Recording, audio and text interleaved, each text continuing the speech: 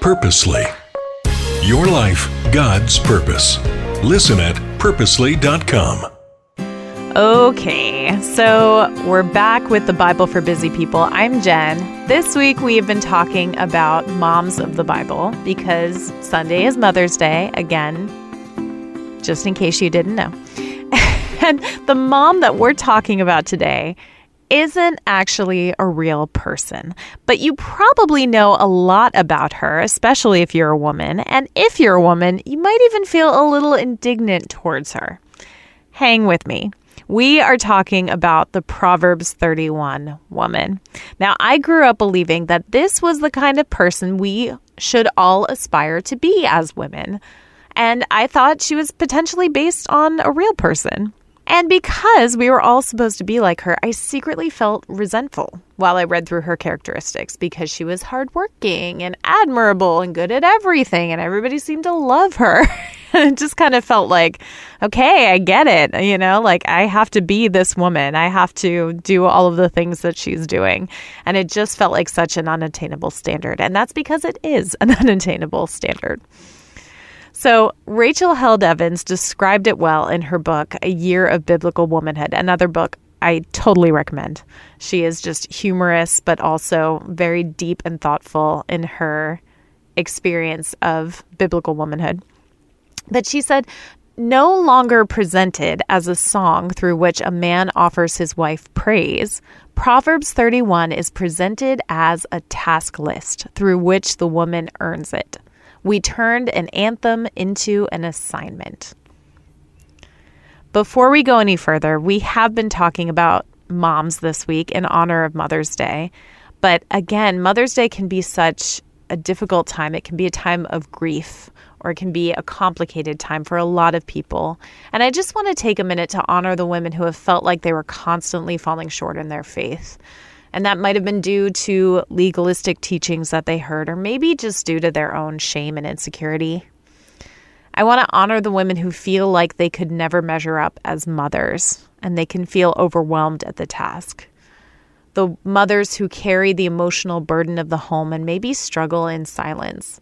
Motherhood is a wonderful and beautiful thing, and it also feels like it can take all that you have, and most days you just don't feel like that's enough.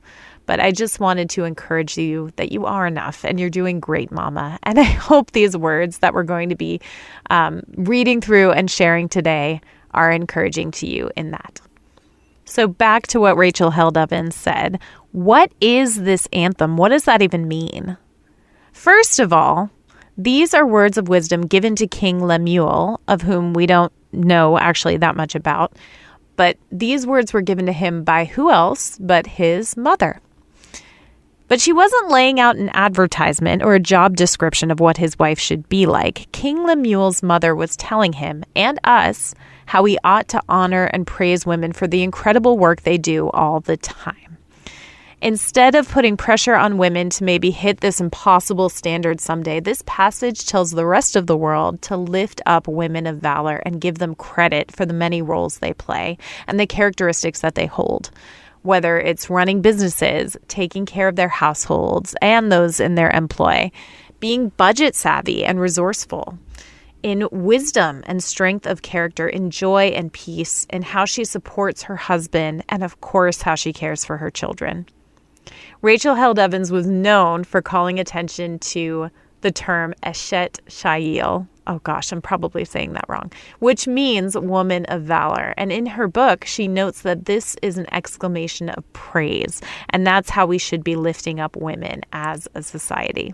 So with all of that in mind, and that might change your perspective of what this passage sounds like, let's read Proverbs 31, starting in verse 10.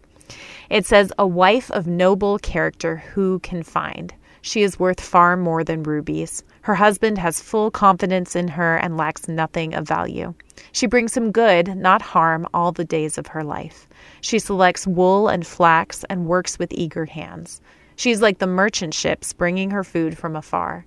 She gets up while it is still night. She provides food for her family and portions for her female servants. She considers a field and buys it. Out of her earnings, she plants a vineyard. She sets about her work vigorously. Her arms are strong for her tasks. She sees that her trading is profitable, and her lamp does not go out at night. In her hand, she holds the distaff and grasps the spindle with her fingers.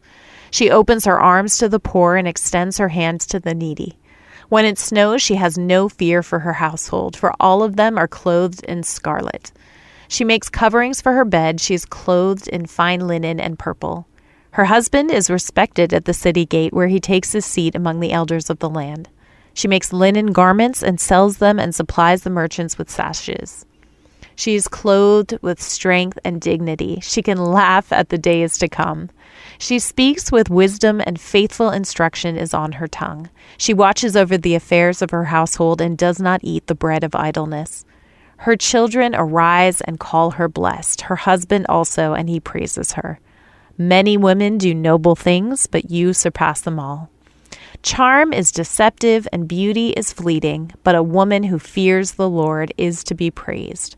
Honor her for all that her hands have done, and let her works bring her praise at the city gate. Eshet Shayil, women of valor. Let her faith and deeds bring her praise before all the people.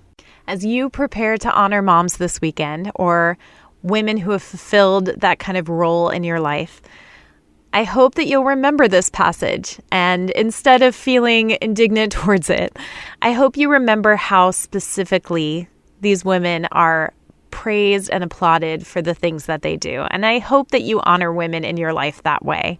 You tell her that she is a woman of valor and encourage her for the specific and incredible ways that she contributes and takes care of the people around her. Have a great weekend. I will talk to you again next week. Thank you for listening to The Bible for Busy People. If you need prayer or want to go deeper in your faith, visit our show notes.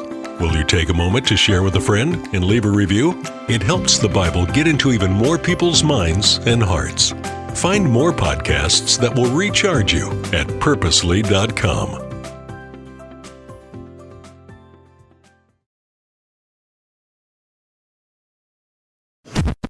Thanks for listening.